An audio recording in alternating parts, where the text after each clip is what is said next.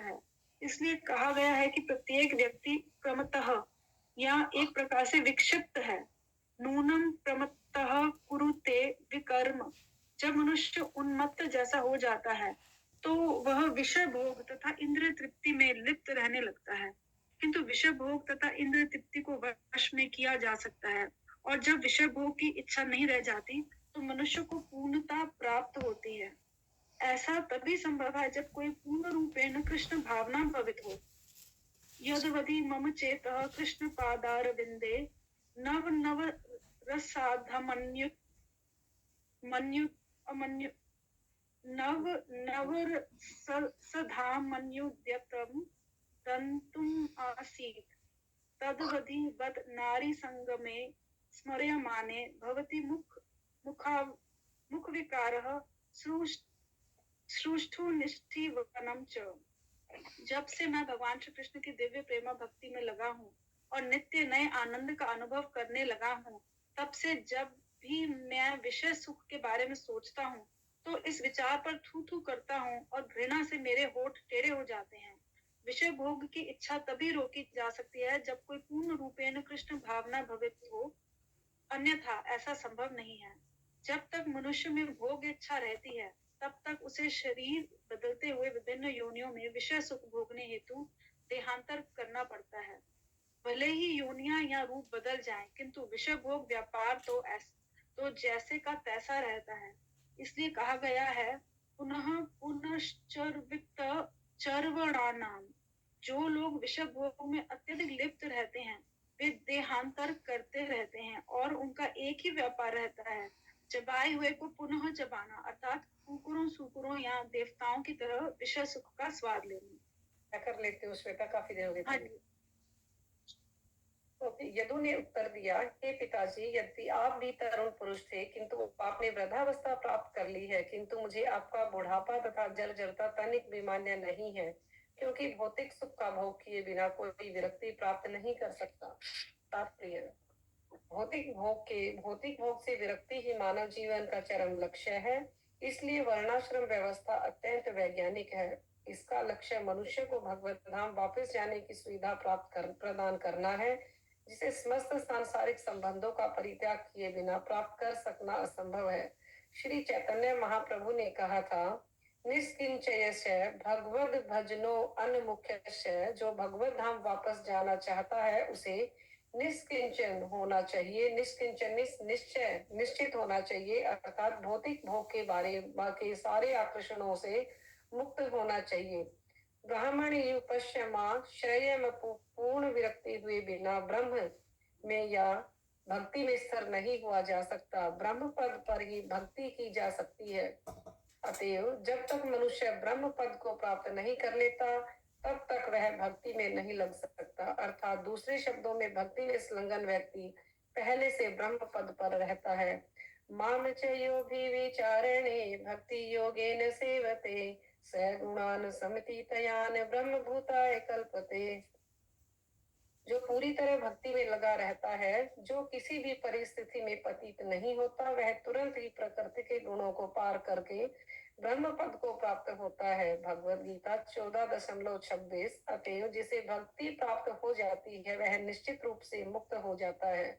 सामान्यतया जब तक कोई व्यक्ति भौतिक सुख का भोग न कर ले तब तक वह वैराग्य प्राप्त नहीं कर सकता। इसलिए वर्णाश्रम क्रमशः उत्थान के लिए अवसर प्रदान करता है। महाराज ययाति के पुत्र यदु ने बतलाया कि वह अपनी जवानी त्याग पाने में असमर्थ है, क्योंकि वह इसका उपयोग भविष्य में संन्यास आश्रम प्राप्त करने के लिए करना चाहता है। महाराज यदु अपने भाइयों से भिन्न थे। जैसा कि पहले श्लोक में कहा गया है, तवर सुश्रोदिता पुत्रः द्रुतश्रा च नुच भारत प्रतया चक्षुर धर्मज्ञः। महाराज यदु के भाइयों ने अपने पिता के प्रस्ताव को मानने के लिए मना कर दिया, क्योंकि वे धर्म से भलीभांति अवगत थे।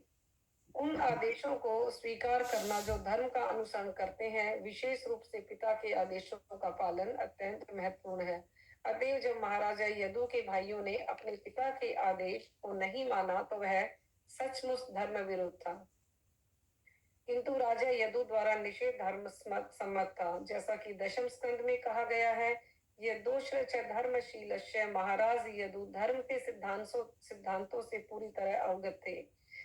धर्म का चरम सिद्धांत अपने को भगवान की भक्ति में लगाना है। महाराज यदु स्वयं को भगवान की सेवा में लगाने के लिए अत्यंत उत्सुक थे, किंतु एक अवरोध या जवानी में भौतिक इंद्रियों के भोगने की इच्छा निश्चय ही होती है, और जब तक इन इच्छाओं की जवानी में पूरी तरह न तुष्ट नहीं कर लिया जाता, तब तक भगवान की सेवा करने में बाधा उत्पन्न होने की संभावना बनी रहती है।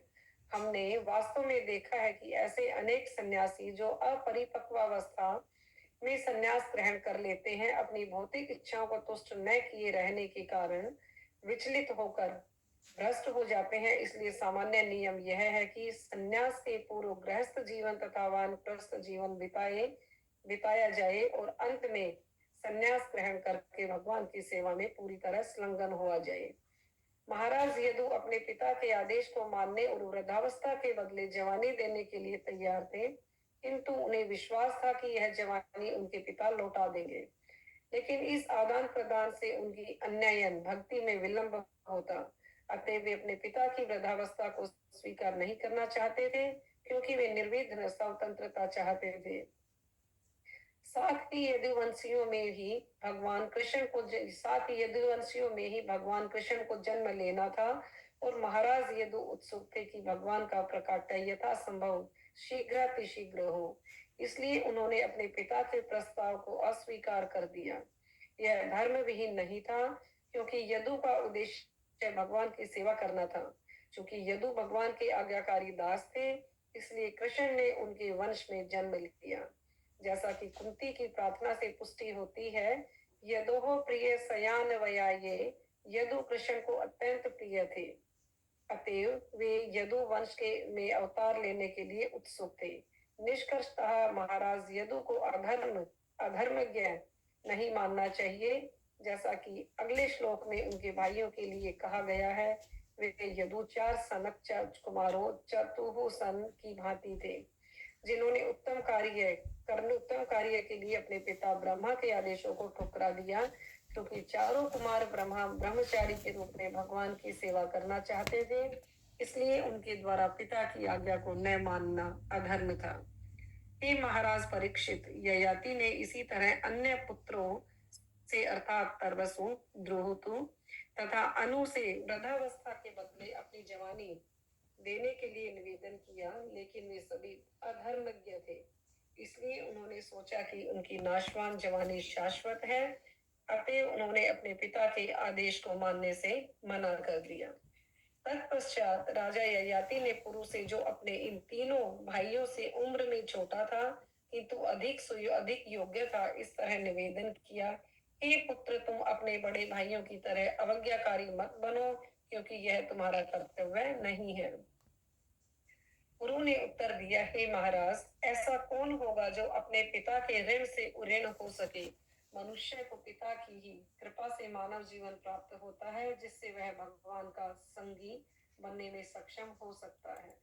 तात्पर्य, पिता शरीर का बीज दाता है, और यह बीज क्रमशः विकसित होकर मनुष्य का विकसित रूप धारण करता है, जिसमें पशुओं की अपेक्षा उच्चतर चेतना होती है।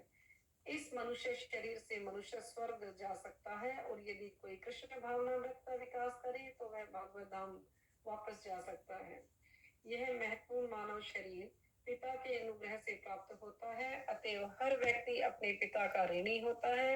निसंदेह दूसरी योनियों में भी उसे माता पिता मिलते हैं, यहाँ तक कि कुत्ते बिल्लियों के भी माता पिता होते हैं, किंतु मनुष्य जीवन में पुत्र के माता पिता जो सबसे बड़ा वर दे सकते हैं, वह है उसे भक्त बनने की शिक्षा। जब कोई भक्त बन जाता है तो उसे सबसे बड़ा वर प्राप्त होता है, क्योंकि वह जन्म मरण के चक्कर से बच जाता है। अतएव जो पिता अपनी संतान को कृष्ण भक्त बनने का प्रशिक्षण देता है, वही इस संसार में सबसे बड़ा उपकारी पिता है। कहा गया है, जन्मे जन्मे सबे पिता माता पाए, गुरु कृष्ण गुरु नाही मिले भज हरि। माता पिता तो हर एक को मिलते हैं, किंतु यदि मनुष्य को कृष्ण तथा गुरु का वर प्राप्त हो जाए तो वह भौतिक प्रकृति को जीत सकता है और भगवत धाम वापस जा सकता है। जो पुत्र अपने पिता की इच्छा को जानकर उसी के अनुसार कर्म करता है वह प्रथम श्रेणी का उत्तम होता है। जो अपने पिता की आज्ञा पाकर कार्य करता है वह द्वितीय श्रेणी का मध्यम होता है और जो पुत्र अपने पिता के आदेश का पालन आदर पूर्वक करता है वह तृतीय श्रेणी का अधम होता है। किंतु जो पुत्र अपने पिता की आज्ञा का उल्लंघन करता है वह अपने पिता के मल के समान होता है।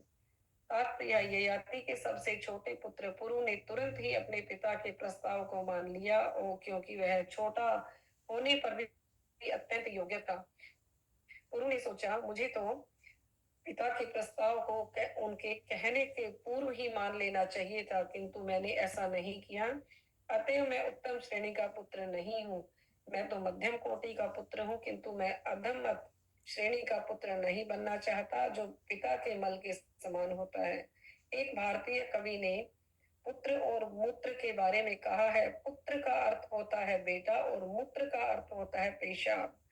पुत्र तथा मूत्र दोनों ही अंग से निकलते हैं। यदि पुत्र भगवान का आज्ञाकारी भक्त हो तो वह पुत्र अर्थात असली बेटा है, अन्यथा अविद्वान तथा अभक्त पुत्र मूत्र के तुल्य होता है।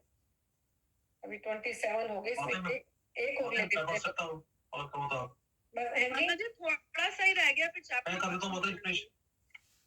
अच्छा कर दे, मैं कर देता हूँ।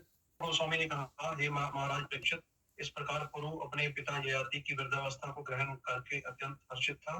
पिता ने अपने पुत्र का यौवन ग्रहण कर लिया और फिर इस भौतिक जगत का भोग किया क्यों जैसा कि उसकी इच्छा थी।